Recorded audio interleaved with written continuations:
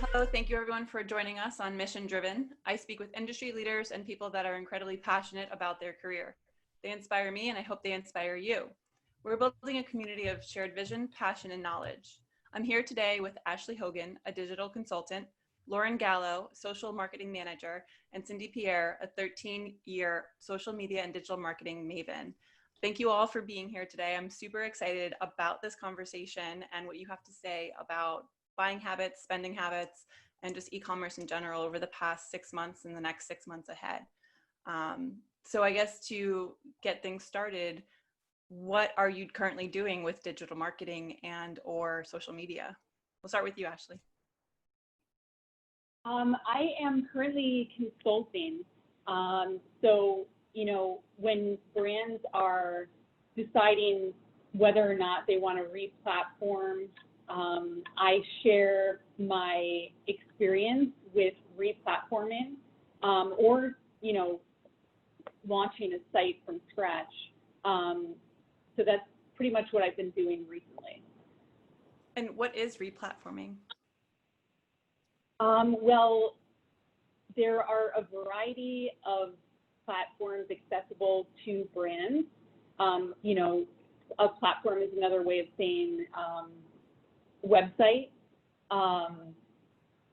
There are, many retail brands have already had websites, but this e-commerce experience has become much more important, especially now.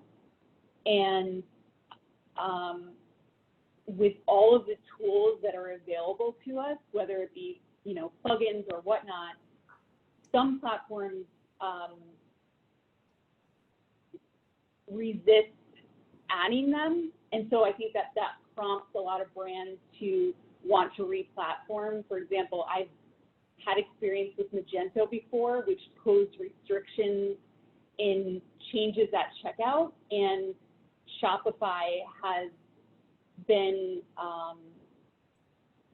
a change maker in terms of the ability to add different tools to a website. Cool. Thank you. So what's everyone else think about it? Well, so I do a little bit, I think I do my workflow is probably a little different from everybody else. So I currently work at Sephora, and a large part of my role is actually social listening, which, as you can imagine right now, is a very interesting space to be in. So, I will go in and kind of take a sentiment pulse on how our audience is feeling, like especially when COVID really started hit, kind of getting an idea of how our Sephora clients were feeling, just seeing how people were reacting, because it was also different across the country. How serious people, because this was all like, I really had to start seriously looking at this end of February, and because at the time, it was sort of, we didn't know what we were going to be into. It's like if we knew then what we knew now.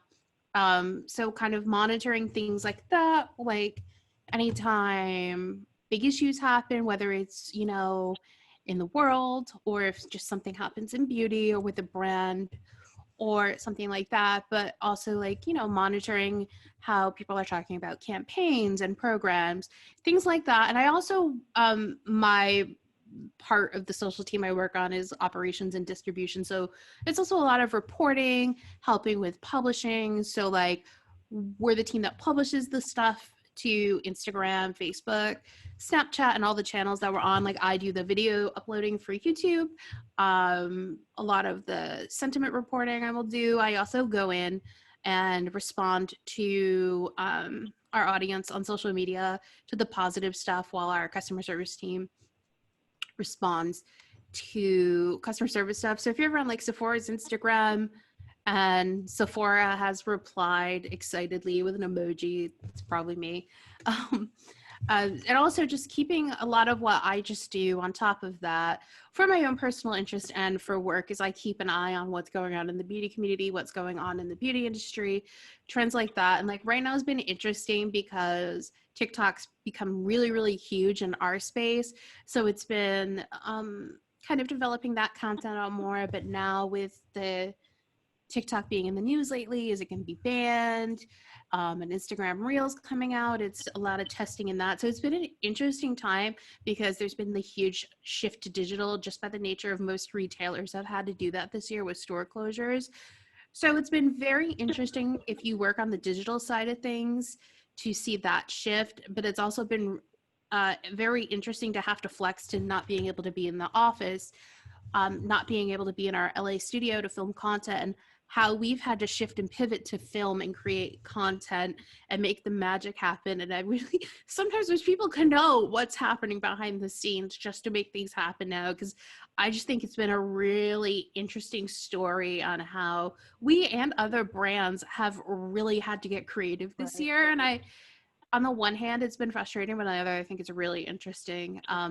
I will apologize now. I occasionally give very long answers to things. So feel free to rein me in. I can be very verbose. You're not paid by the word. I'm not paid by, so it's funny because my master's degree was in writing, so my mentality was being paid by the word because technically that was what I used to do for work. But yeah, so right now has been a huge focus on the digital side of things, and also there's been an interesting opportunity to test a lot of the new platforms, but also play with content right now in a new way that we didn't expect to have to be doing this year, and I think nobody did. Yeah, and I think behind the scenes. Lauren, yeah.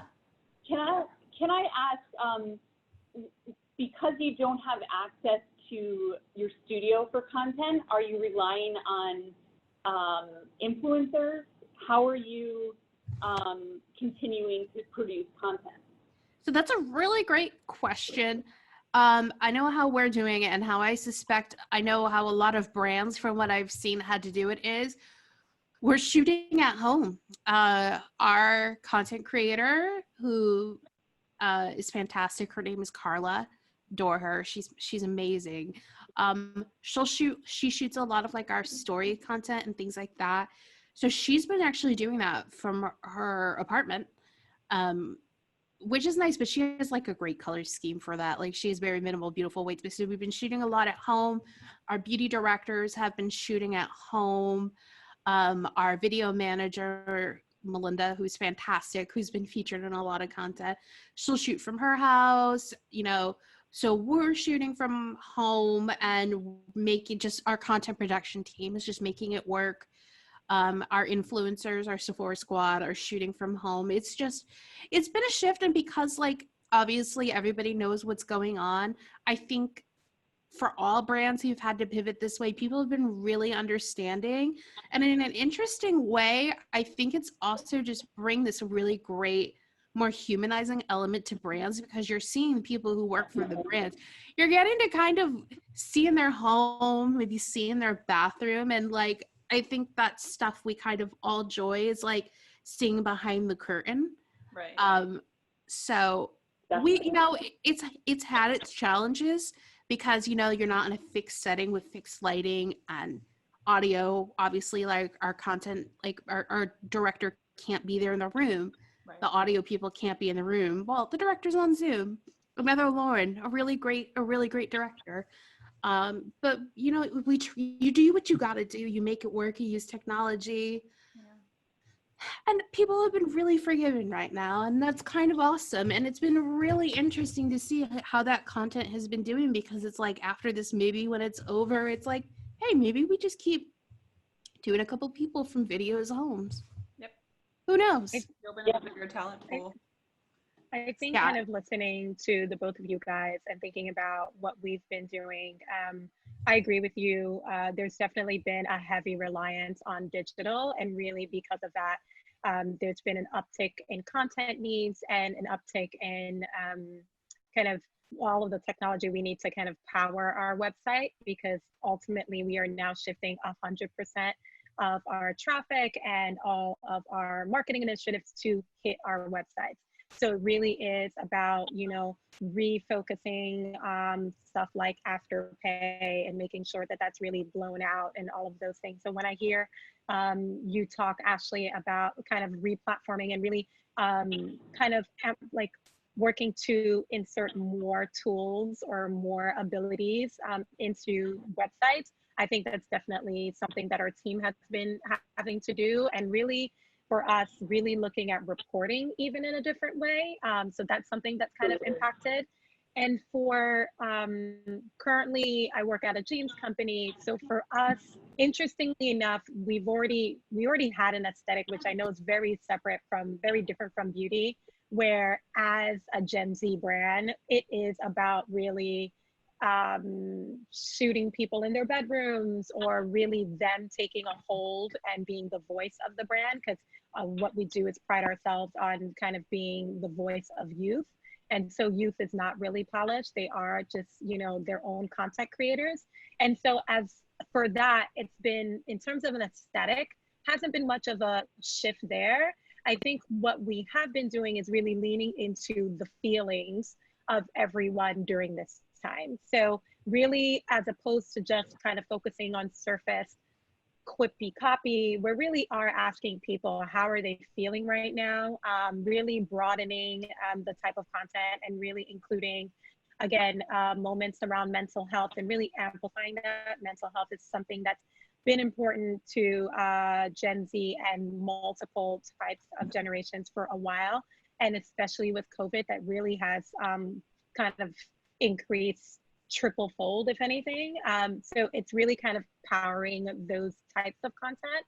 So again, similar, I feel like kind of in between the both of you, it really is kind of, again, powering that content, leaning into that, and also working with our website teams and our site merchandising teams to really ensure that the story we're telling on social is kind of represented on the website. So you're kind of understanding your audience, what they need to see and hear. You're authentically responding, whether it's, you know, Lauren messaging back or what your stories are throughout.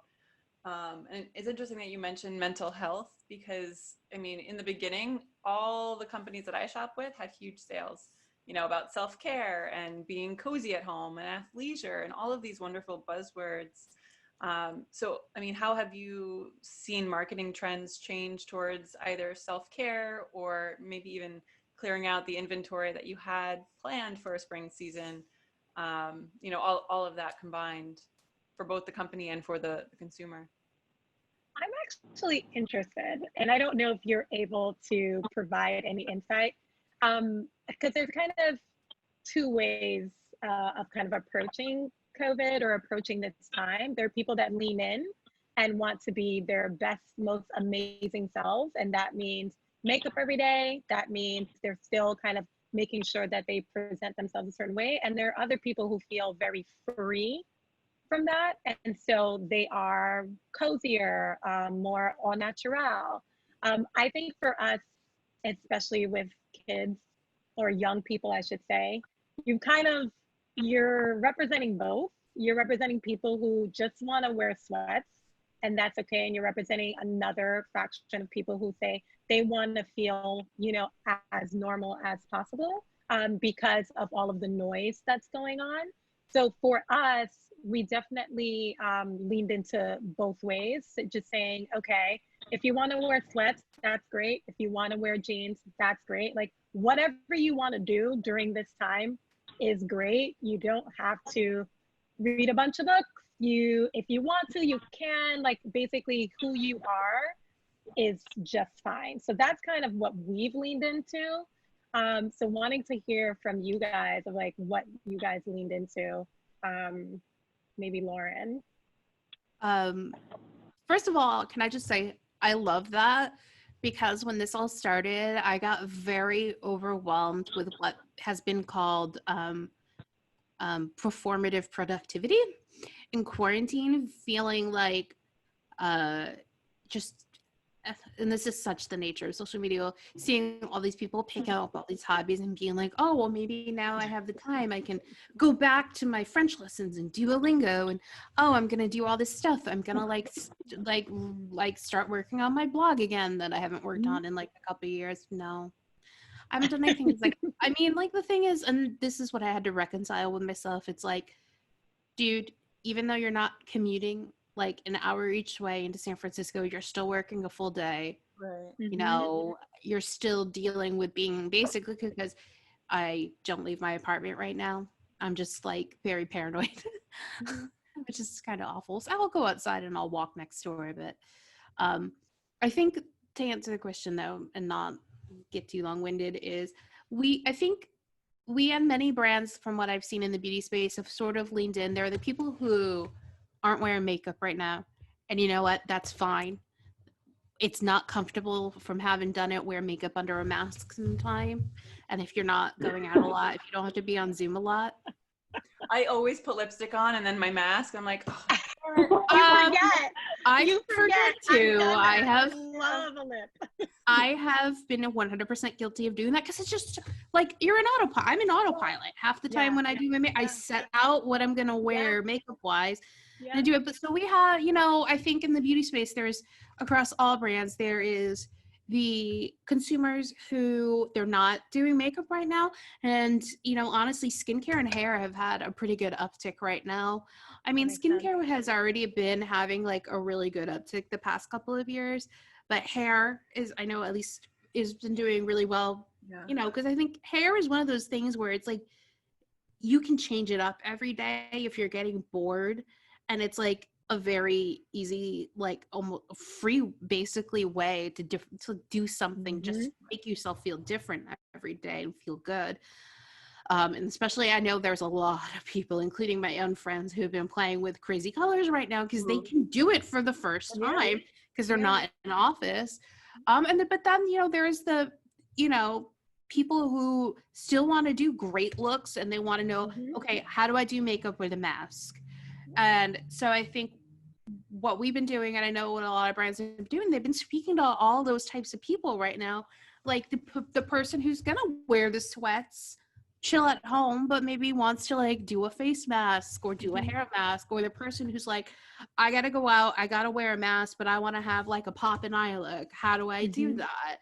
Or how do I maskne? Oh my God, that's a huge topic in beauty right now, is how to deal with maskne, which in some cases, just to get a little technical, it's not technically acne. In some cases is probably dermatitis, or it's just kind of irritation. And for some, it is actually probably making blemishes worse, but it's how do you deal with that? Because you have to treat it a little differently, because normally when you treat blemishes, you're not wearing a mask on your face, you're trapping in moisture. So it's try to figure out how can we share ways to do tutorials, because we, I know our brand, we put out a video every day, and our content is constantly hinged on tutorials, and that's like actually a huge part of my job, is seeing what people are requesting and compiling that to give the content of what people want right now. And compared to 2019, what people are asking for has obviously shifted. So we're trying to like make sure that we're speaking to everybody,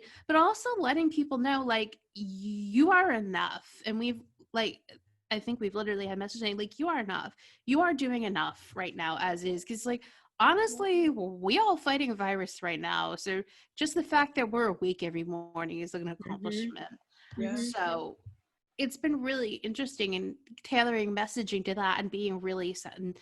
And actually, this is what I want to ask you guys. If you deal with, especially a lot of work in your copy, how much like have you had to go through and be like really extra sensitive in what your copy is saying and really be thorough to check for like things that could be like, we like can't really talk about travel, and like even in California we're like, okay, we better make sure we're not using the fire emoji right now because our whole state is on fire.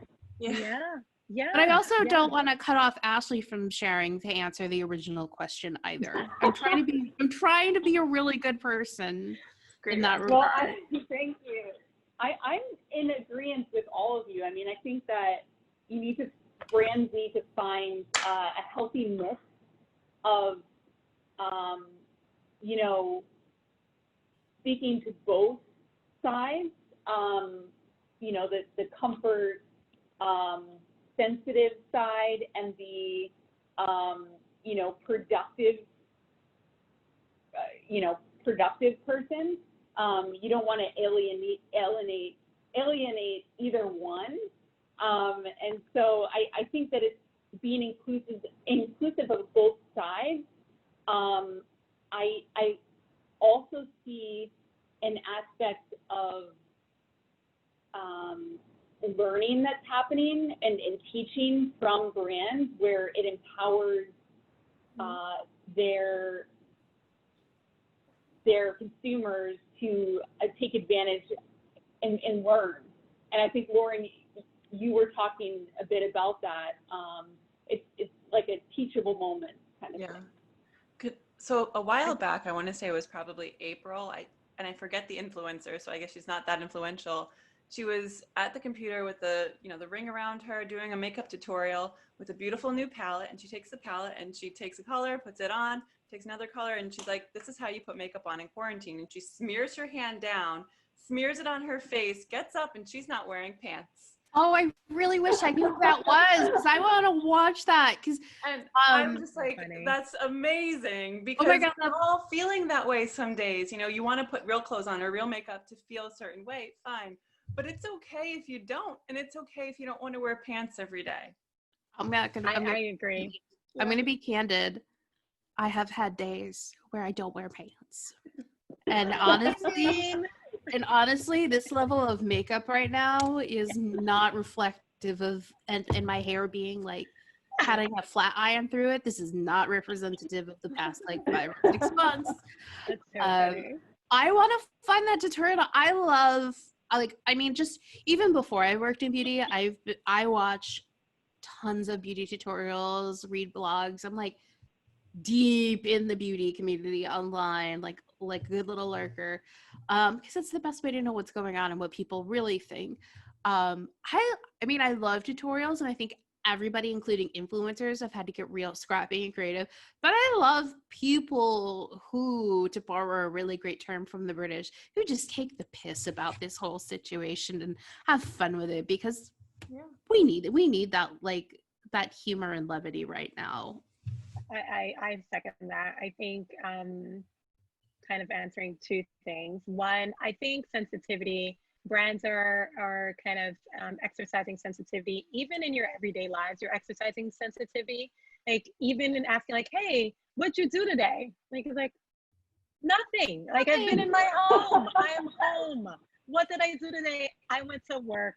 That's what I did today. I went to work and that's what I did. And I ate food and just understand. I'm like, okay, that's it. That's what you did today. It's like, great.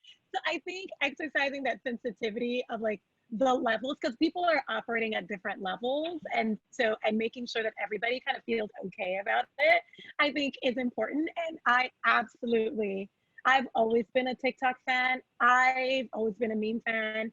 I absolutely threw myself in memes. I loved it. I laughed all the time. All I did was like send memes to people, because you are dealing with so much, for lack of a better word, noise, because all of these topics that are happening right now are really important to people, and important to yourself. There's all this intersectionality of all of these topics. So brands are dealing with it. People are dealing with it.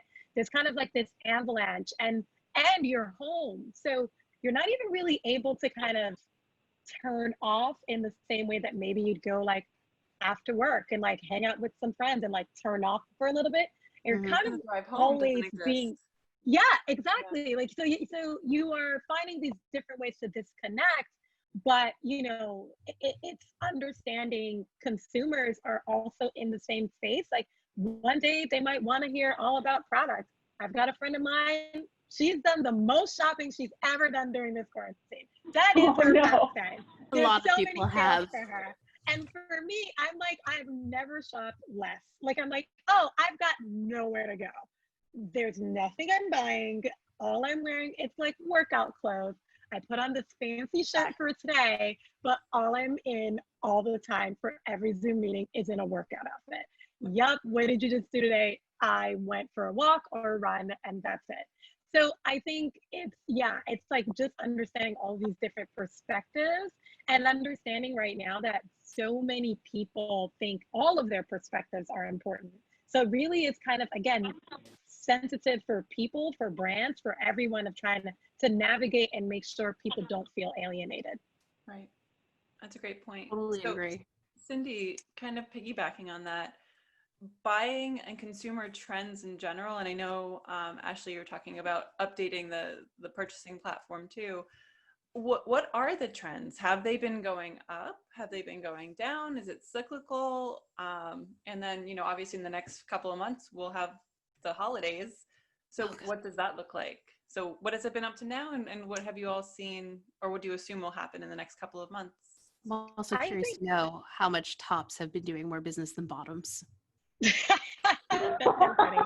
I think in general in the industry, everyone has been seeing kind of a bit of a shift in buying patterns, to your point, Lauren, like shifting and thinking about more loungewear versus other types of clothing. I think that shift has also been seen in homewares. I know for homewares, furniture has seen an uptick. I'm sure for makeup, that like self-care, skincare, like that has seen an uptick. So it's people are buying. Are people buying at the same rate that they were buying before? No, obviously we've got a really high unemployment rate, so people are conserving their dollars. But for the people who are, able to buy, I think you start to shift in what you're buying. Maybe you're buying more groceries. I know I've never bought as much groceries as I've ever bought during this pandemic. Like I was just like, oh great, this new thing, this is wonderful. So I might not be buying clothes, but then I just shifted it to buying more snacks, more things, because I'm in the home more. Like maybe I'm buying more workout clothes. So I think in general, there's definitely unmistakably a shift in retail for all retailers. And I think it's just waiting to see what holiday brings. I too am very interested on how people react. Like, will people say, no, this is my moment? Will people rebel and say, no, I've been constrained for all of this year. I don't want the holidays to be different. I want to try and push myself, like we're all kind of, because we've never been in this situation before, and there's so many different factors, we're all kind of like, what's gonna happen next? Oh yeah. Because it's just been, it feels like things have been also back to back for everybody. So you're just waiting. You're just like, okay, we just got to be nimble. I think that's the key takeaway. We got to be listening, like what you're doing, Lauren, like really listening to our consumers, really building out the features that we need to be building out to kind of satisfy the new shopping habits of our people, and really just being nimble. Okay, listen, we thought they were going to do that. Apparently they're doing this. We've got to shift it. And I think having that innovation in place so far, of having people being able to shoot from their homes, having people be able to do things from Zoom, doing all of those things allow us to have a little bit more innovative ability to attack this new landscape. I've personally been I watch commercials. I'm not like, I love I love watching commercials. I will not skip a commercial. People skip commercials, and I'm like, no, we got to see what marketing people are doing. And I'm interested when this is over, and not to trivialize what's been happening, because I know people have lost loved ones, so not to trivialize at all, but just to take a little bit of a different lens and figure out what's been happening, like what's the psyche of people, like what's the psyche of even children during this time of like just online learning. I know I just got off the phone with my sister, and she's talking about my nephew who he started school and he wanted a break, and he just got up and left the Zoom, and my sister had to be like, wait a second, can't do that. Where are you going? And he's like, oh, I wanted a break. And she's like, no, you're in school now. And he was like, oh, okay. And he went back and sat in the Zoom.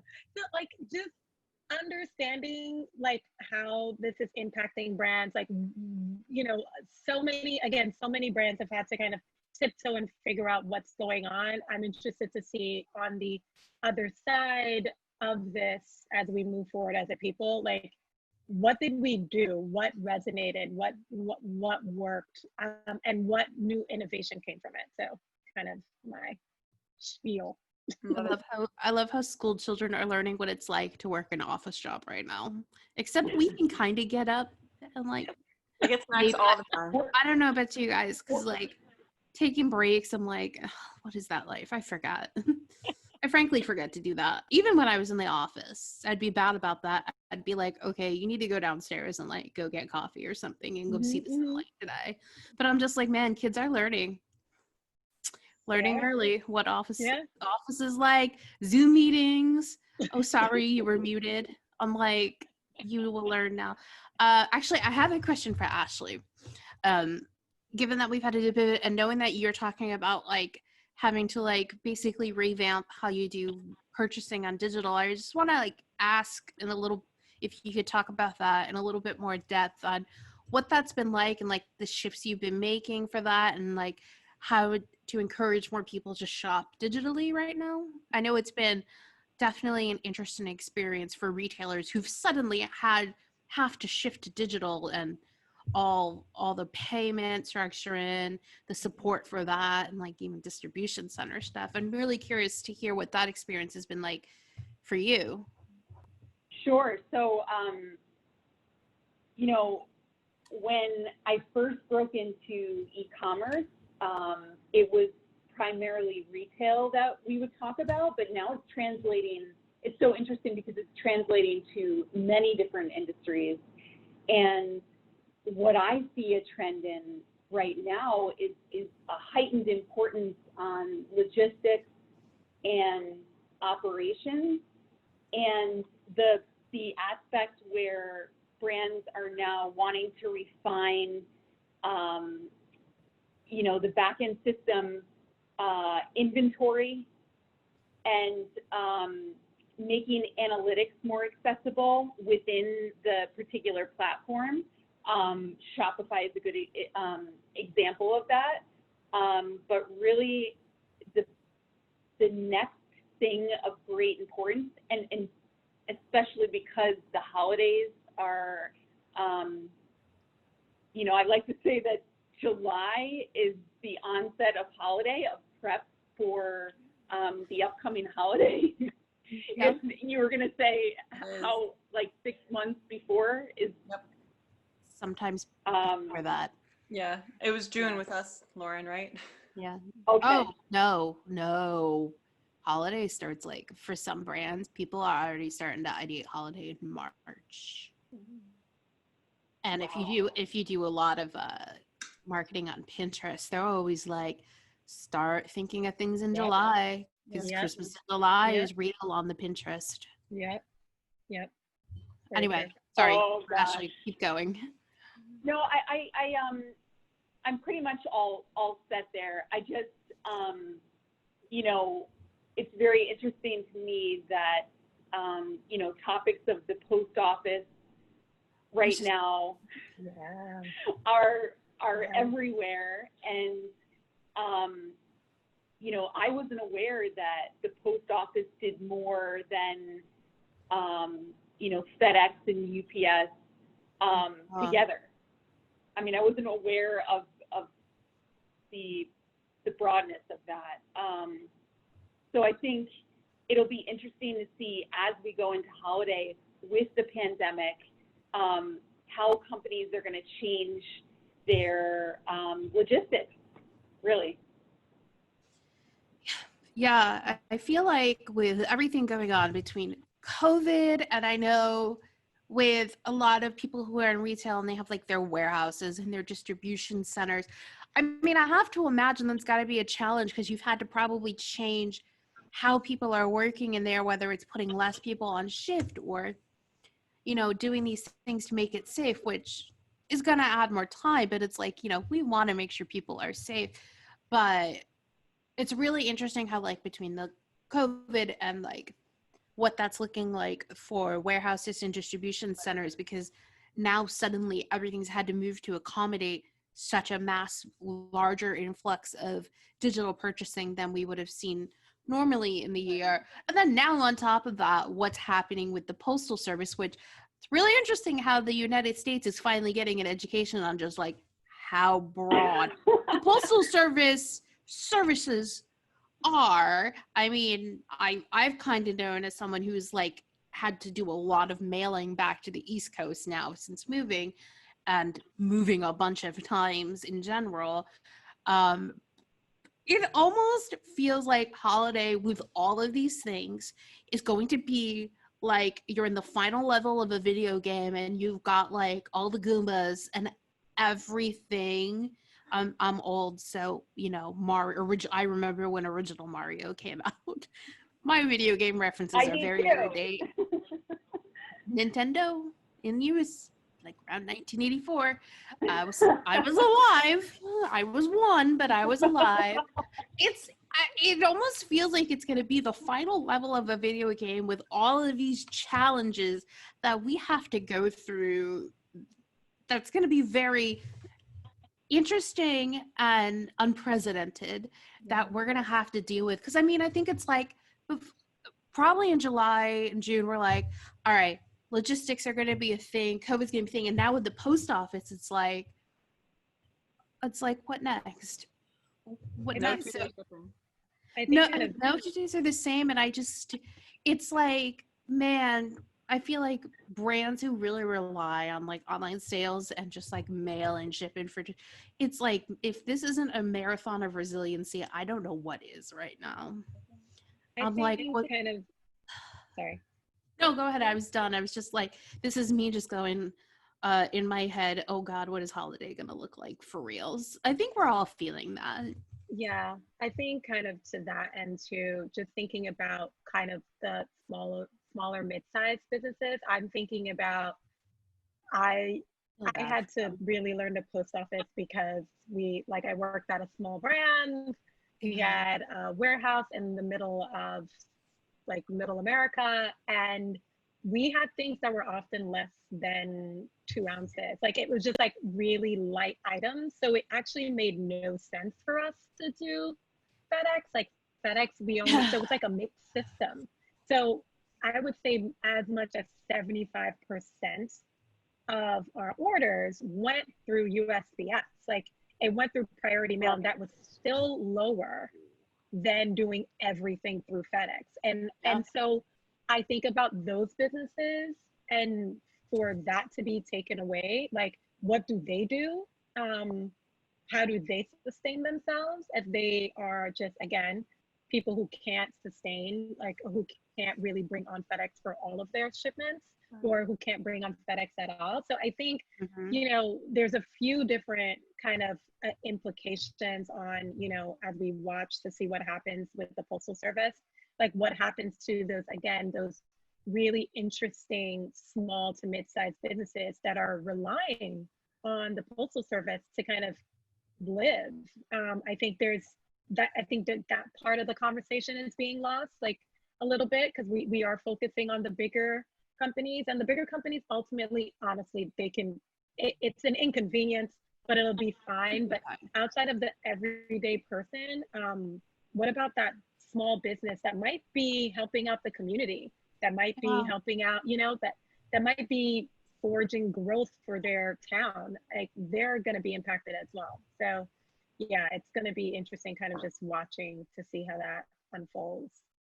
Yeah, because there are a lot increases. Yeah, because I know there's a lot of mid-sized to smaller, like indie D2C, like direct to consumer, for those who don't know listening, beauty brands and like jewelry brands, and a lot of those types of apparel and brands who rely on priority shipping because priority flat rate is cheaper to do, and it's just it's easier to handle. And it's like, you know, those are already businesses who are in a tough time, or maybe not a tough time, but like, I mean, because they're online, they've kind of had a little edge over it, but now you're competing with everybody on online sales. And now to basically have your main mode of distribution, like mess with it, it rouses my jimmies. Because even like brands, like I'm just going off how I've gotten I orders love from the rest like, of my Jimmy's. Sorry, I just needed to say that oh, I I really didn't love miss Russell that. My that. Jimmy. That's hilarious. So I by the love way, that. Just speaking of memes, that's actually a very lesser known meme that I am a big fan of is the rustling of Jimmy's meme. And I don't know if it's like a Reddit thing that Tumblr latched onto. I don't know if you've ever seen it, but I love the variations of Russell's my my Jimmys Jimmy's. are Russells. Okay. That really, it does really rustle my Jimmys for smaller brands because I know, or even like ColourPop, for example, I've gotten a lot of orders from them via USPS, MeUndies, which I have an order eventually coming right now.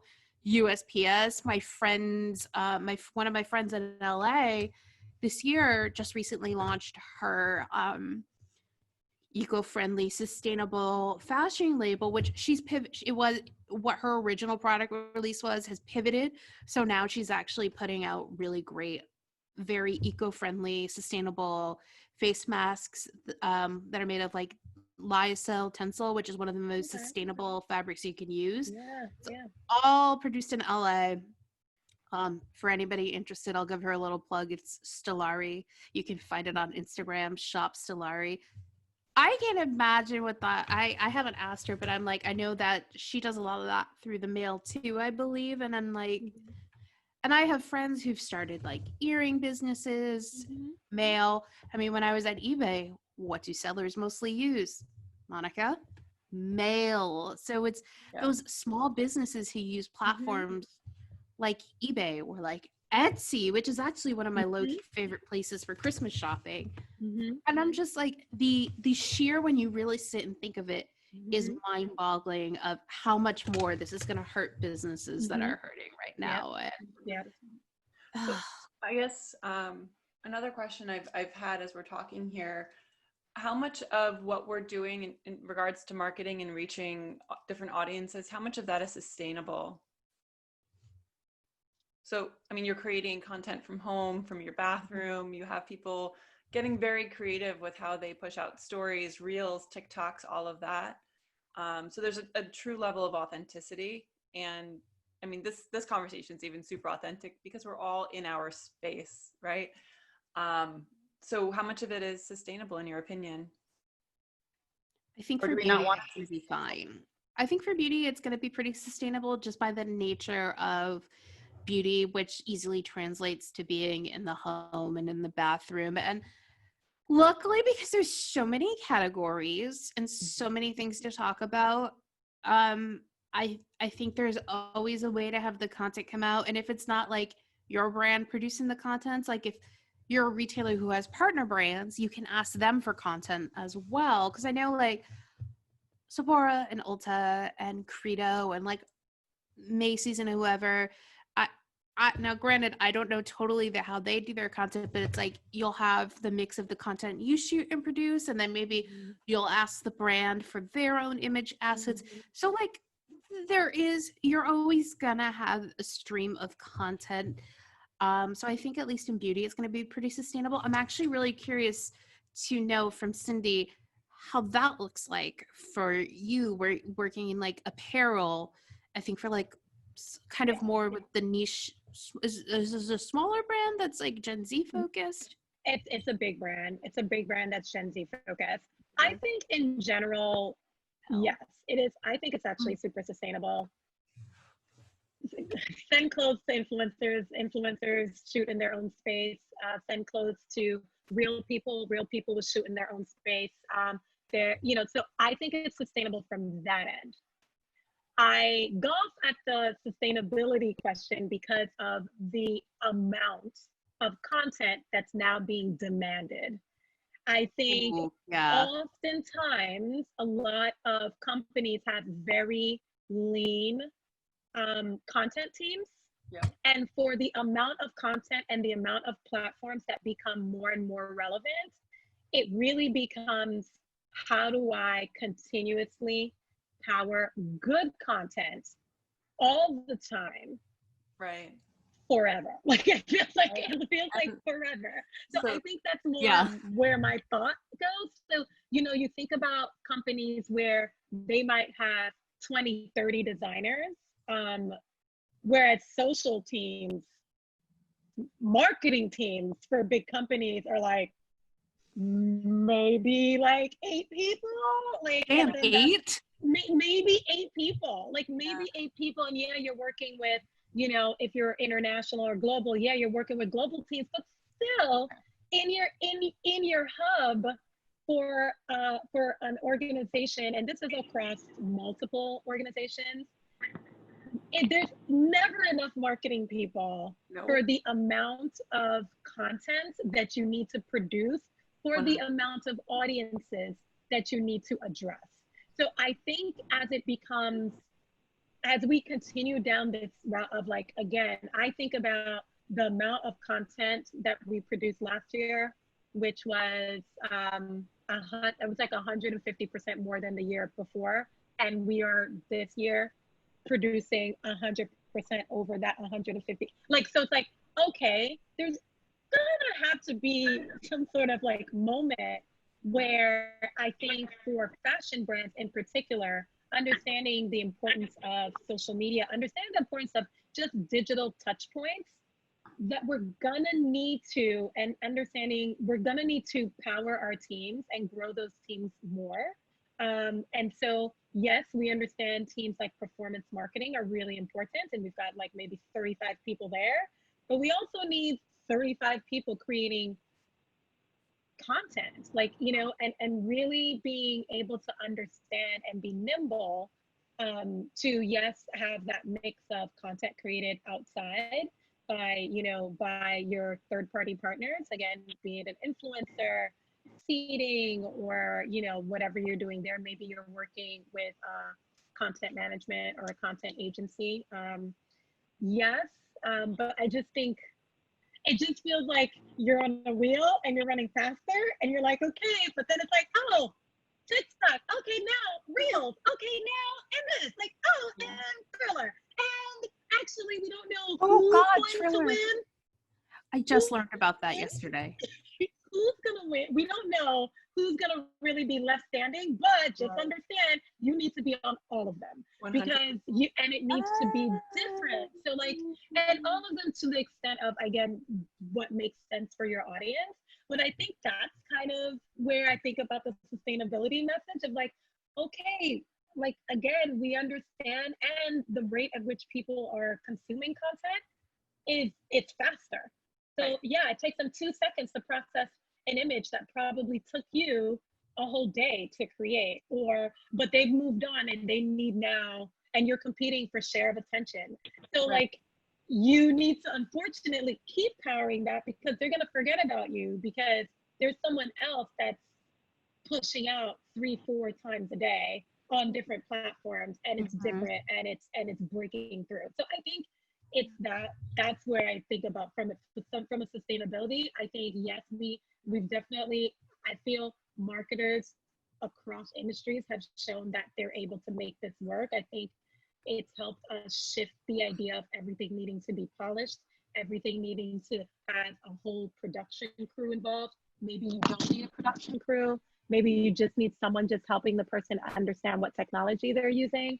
I mean, the amount of live performances that happened with top tier talent, which I'm sure, you know, they're not used to like doing things themselves, but unfortunately, hey, we're quarantined now, so you have to do it yourself. So we've shown that we can do it, which is really cool, I think. But now, again, it's like feeding the beast. So now everyone goes, okay, now you can do this. So now I'm expecting it. So, you know, kind of like free shipping for everything. Like, if you pay for shipping now, everyone goes, what? It's not free and it doesn't come in 2 hours? I'm confused. Yeah. Okay, listen, about free shipping, the moment, like, because I know a lot of brands have been doing it right now, the moment that stops because things go back to normal, please give a moment of silence for me and other social listening managers. Oh gosh, I bet. And customer service reps. Absolutely. We will be in it when it happens. But Cindy, I just want to say, to the first point, I absolutely agree. I think consumers and audiences would be shocked at how lean a lot of teams are for brands. I always think there's like this perception where people think there's like a bunch of people working on a thing, when like from my experience in the reality, it's like I've been on a social team that's 3 people. I've been on a social team where it's me, literally. Granted, that was for a nonprofit. I've been on a team where when I started, it was 4 people and it has like grown to more. But I always think there's like, it's like that meme, what my mom thinks I do, what my friends think I do, what I think I do, what I actually do. Yeah. I do think people would be really surprised to know just how few people actually work to get like content out on social, but also the time consumption. Like I've seen my colleague who's our content creator, like I've literally been on Zoom with her while she is working on even just an Instagram story. It was like this image of like a lip mask and just kind of melting it to the right texture. That 15-second clip took, I think, like an hour to work out between testing and shooting. And it's true what they say, that like a lot of people say that for every minute of like video content, there's an hour work that goes into it. And it's absolutely true. So I think people will be surprised at least. I think people are probably would be really surprised at how long it would take to even produce like a 15-second IG story frame or an Instagram in feed 60-second video. IGTV, don't even get me. Haven't been in IGTVs. Like it depends on the person, but I think I've been in an IGTV video that was maybe 15 or 20 minutes that I think took like 2 hours to shoot, maybe. Granted, I had notes, so I said my talking points really fast, but I think it depends on the person, because it can be like a 2 to 3 hours shoot for 10 minutes of content. I'm jumping in for 2 points. Cindy, you know, to your point with content creation teams being so lean, I mean, that's where I found my niche, right? And large companies hired us to do massive amounts of content because it needed to be done. And so they can operate lean and they can operate very independently and then have us, you know, offload the content. And that's become such a huge part of my business through the pandemic, right? As people have more products and they want more exposure. But then to your point too, Lauren, where we're posting on Instagram, whether it's a story or Facebook, whatever platform, they're like, oh, it's just a picture. It'll take 2 seconds. Why does it cost so much money? And I'm like, well, you know, an infographic, for example, can take all day and there's research behind it. And now if we're doing something that's animated, forget it. It's much longer. And some of my clients will say, well, I'll do it myself. And I'm like, okay, that's fine. You know, we'll be here if you need help. And, you know, 2 weeks into it, they're like, Monica, now we're 2 weeks behind, catch us up. So it isn't as easy as what it looks like. I think the beauty in marketing is making it look easy, just like in sports. Right? You watch Roger Federer and he's acing and making these wonderful plays and it's just so easy, but how hard do you have to work to get there? And it's still doing the work to get that result. So I'm glad I'm not the crazy one who sees this, that you guys are also seeing it in your industries as well. Oh, definitely. Let me actually, what's your take? Give audio, Ashley. I was just going to say the other component is budget. In regards to content, I've worked for both large and small brands, and the budget that is required for content, especially now, is huge. Agreed. I think that's a very good point, and I think that's the interesting thing too of understanding, you know, something like a performance marketing team, or like, so as of right now, it feels like most companies are still on last click attribution. So you're powering this content, and you know, last click attribution, just in case for anyone that's listening that doesn't know what that means. So it basically means that when they're tracking a sale to from a piece of marketing to the website, they look at the last click. So for example, if you have seen something on social media, you looked at it, you did a search, you went and searched for the brand, you clicked on an ad, on a search ad, the person that's getting, or the team that's getting that credit is the performance marketing team, which runs search ads. So that team have the ability to show more return on investment because the team, your C-suite, is really looking at the last point that kind of created the sale. So they looked from the search ad, you went to the search ad, you clicked on it, you bought, okay, you bought something for $30. That means that search ad bought $30. However, you started on social media. So you were romanced by marketing, because I'm a marketing person. So you were romanced by marketing. We went through, we picked the right talent, we put it in an outfit. The talent was skateboarding or doing whatever cool thing in the clothes. It inspired you to go do a search for it. That whole part of that first part of what you saw on social media, the money went into getting the talent, sending the product, shooting, getting usage rights, Right. being able to use that content. That dollar amount is not connected to the sale. So when it comes to budgets, which I think that was a great point, Ashley, budgets will get slashed from marketing, even if marketing is part of the storytelling to get you to want the product. Right. So a lot of brands have been trying to work through, how do we track people from kind of upper funnel? So like social media, an ad, something you see on connected TV, like tracking them all the way through. And it's something that people have not really solved completely. And some of the solutions that are available are a bit pricey for larger brands to enact. So it's just, it presents a bit of a problem, as you're saying, which is why marketing teams are often lean. It's like, hey, you saw that great piece of marketing that's causing all of the social chatter that people are talking about, that's getting press. Well, we need people to power those ideas and creating that content. So I think there's that constant conversation with the C-suite, because we're not able to necessarily completely 24/7 show that connection, even though we know it is part of the consumer's journey. And what gets measured is rewarded, right? In some cases, I will say from my experiences, there are some brands that instead of sourcing external solutions, they have invested in like internal data analytics teams that have created means to do it in-house. I know there's, and people will call it different things. There's way to add tracking tags on your landing pages for different platforms, so that from the start of when they're starting their social journey through that last click, that can kind of be tracked. I know there is Pixel. Some brands use it, some brands don't, because there's a lot of legality behind that, depending on the brand. Pixel is a very complicated marketing concept for tracking, so I encourage people to Google it, because I will probably explain it very poorly, but it's sort of a way to track consumers' specific actions.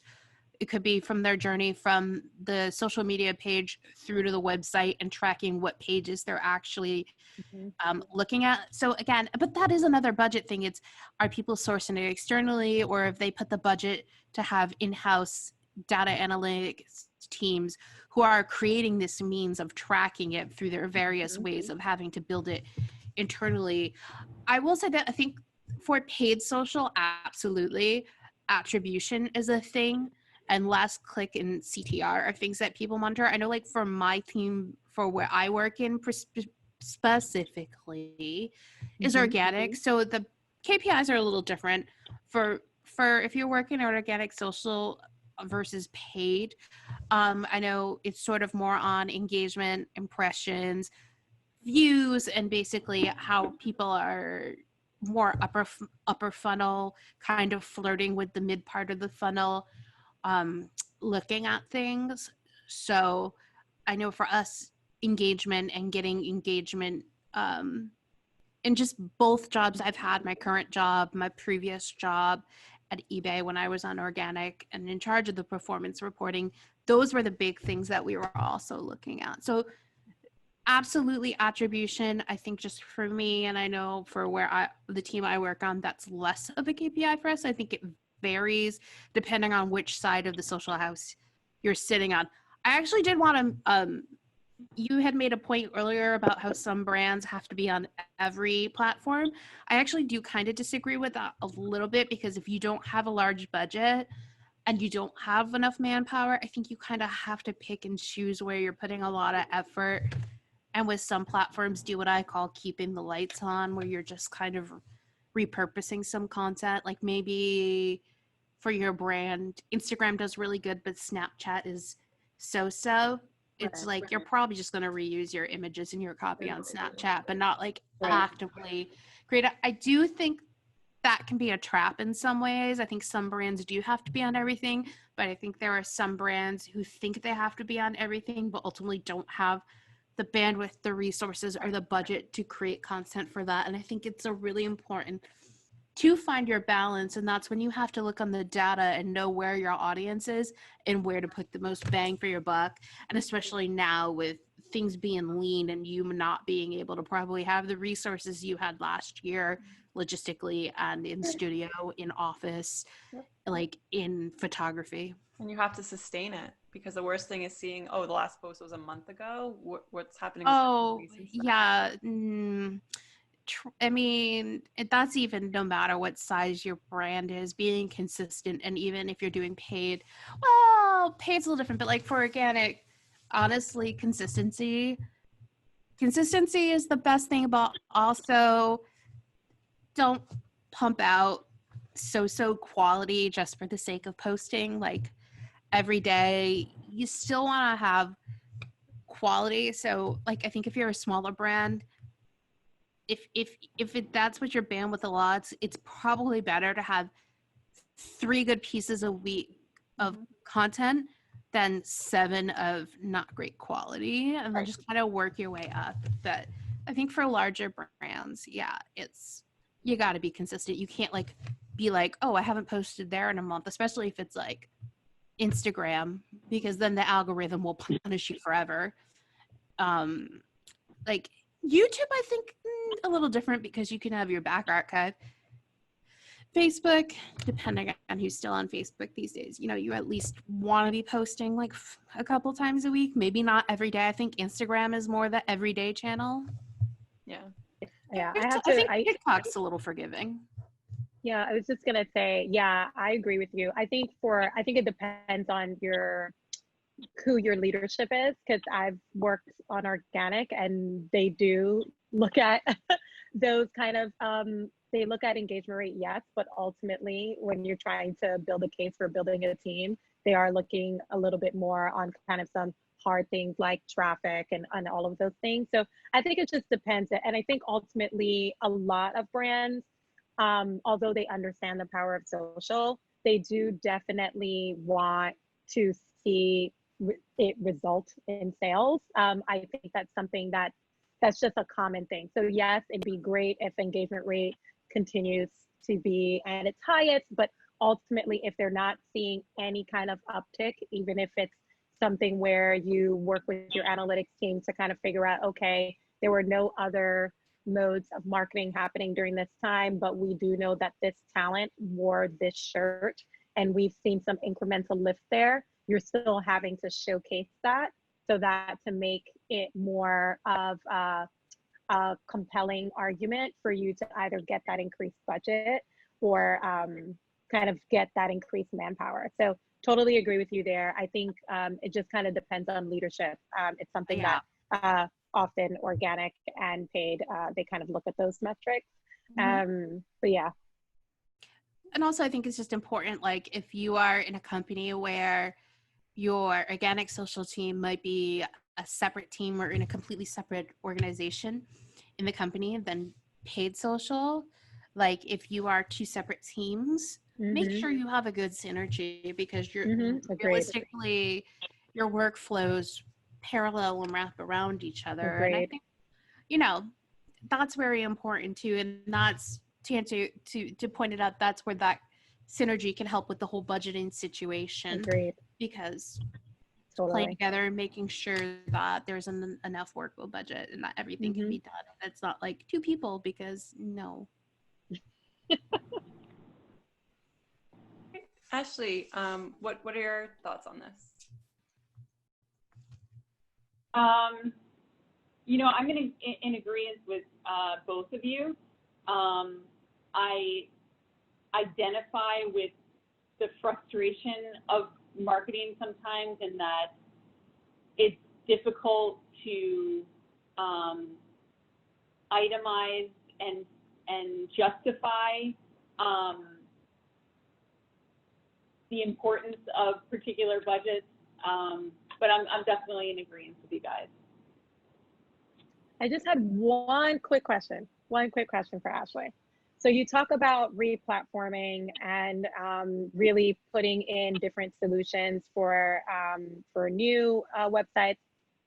What's your take on, like, what do you think every website should have, like, in terms of like a payment system? Like, is there, especially during this pandemic, like, has that shifted? Like, have you seen, hey, everyone wants to make sure that they have Apple Pay, or like, hey, everyone needs to have Afterpay, or like, hey, nope, everyone wants to, like, just payment solution, credit cards? Like, have you seen any shift in those trends during the pandemic? I haven't. I think most companies I recommend have a nice mix of all. But I think more the focus right now, the trend that I'm seeing is focusing on, a lot of brands that I work with are fulfilling from brick and mortar locations. Yeah. So it's that piece that I'm seeing the big focus on, and making that a more seamless,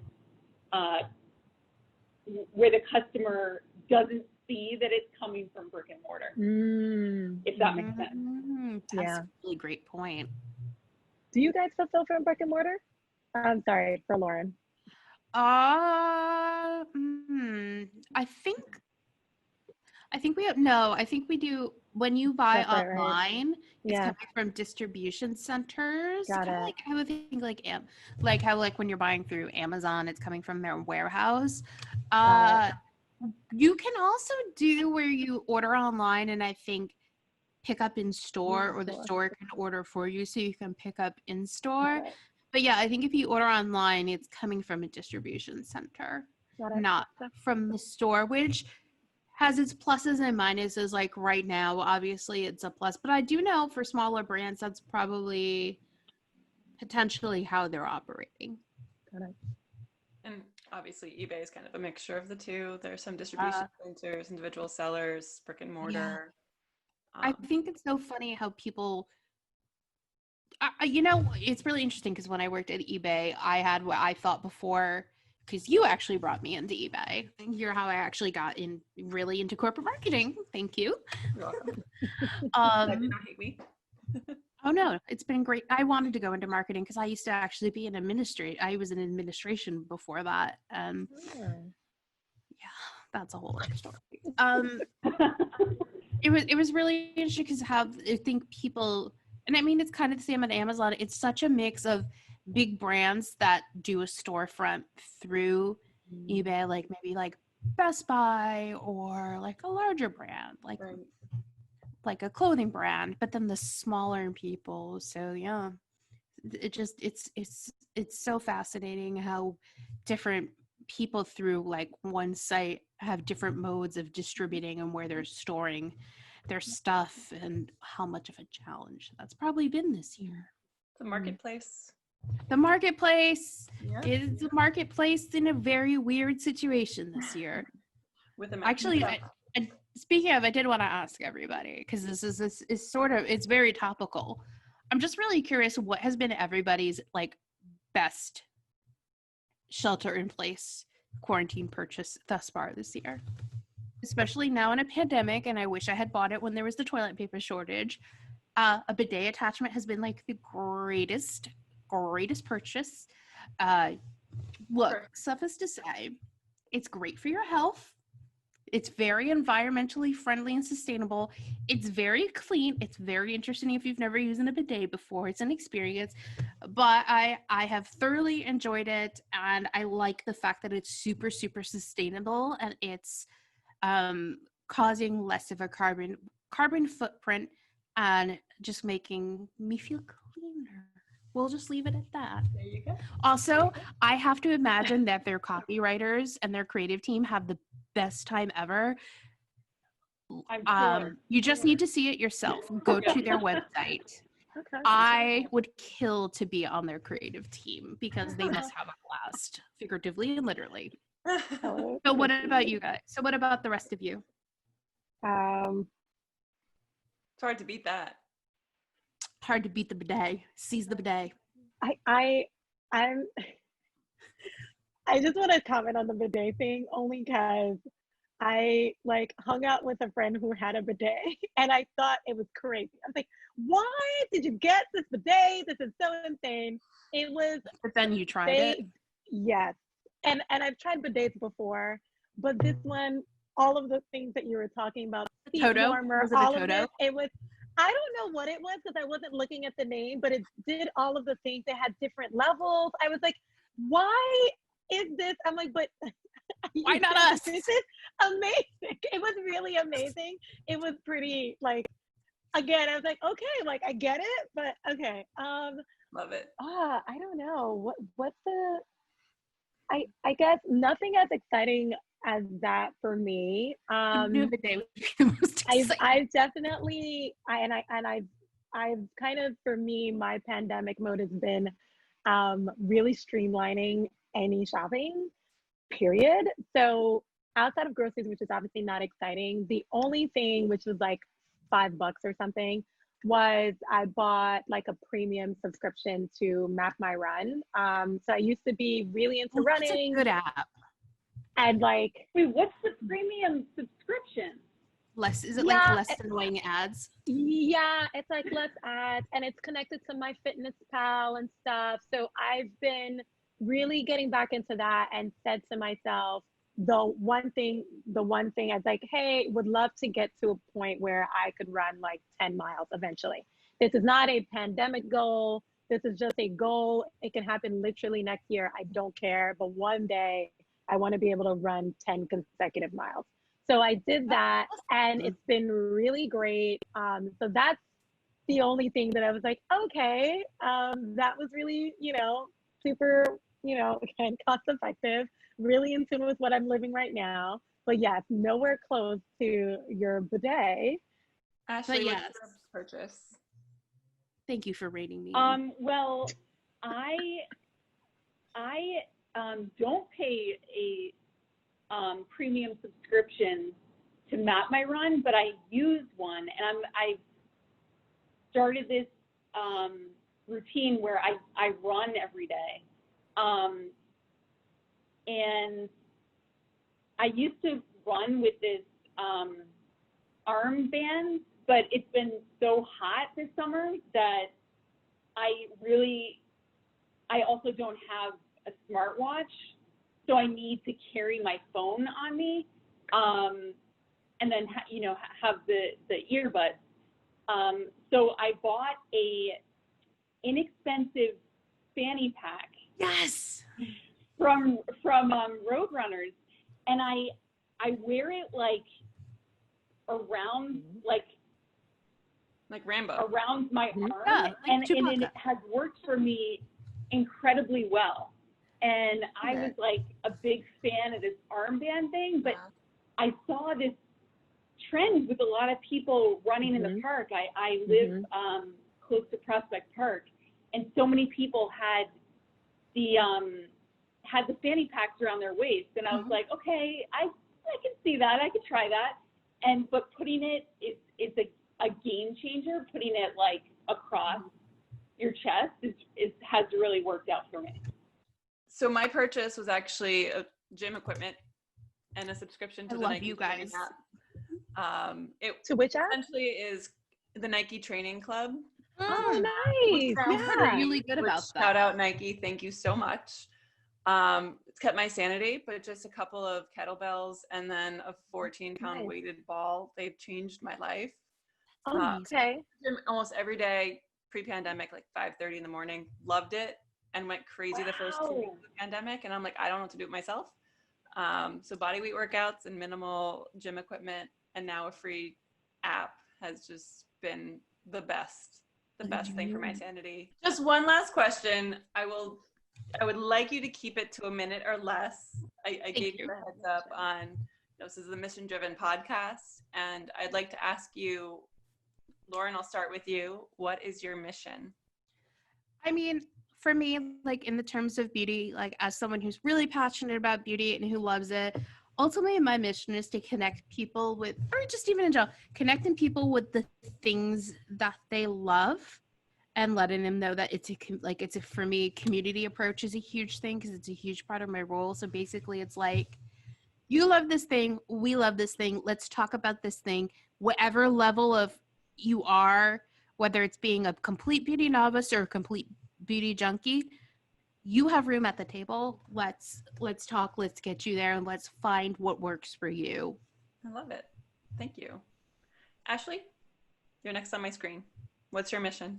I would say that right now my mission is tapping into my sensitive nature of reading and perceiving people, whether that be consumers or business collaborators, to inspire innovation. Perfect. Cindy, what is your mission? My mission is creating stories and amplifying stories for diverse audiences. Simple. So simple, but I know it's all so complicated, and you all do fantastic jobs. So thank you for sharing your insight, what you're seeing, the trends, what you're experiencing, even your workout routines and your special purchases. That was fun, because we are essentially in e-commerce and retail kind of mindsets. So again, thank you all for being here, and I'll have the notes down below in the show notes for everybody's information if you want to reach out to anybody on the show, and I will talk to you soon. Just a reminder that all the thoughts, opinions, and expressions are exclusive to the person and not representative of any company, brand, or organization.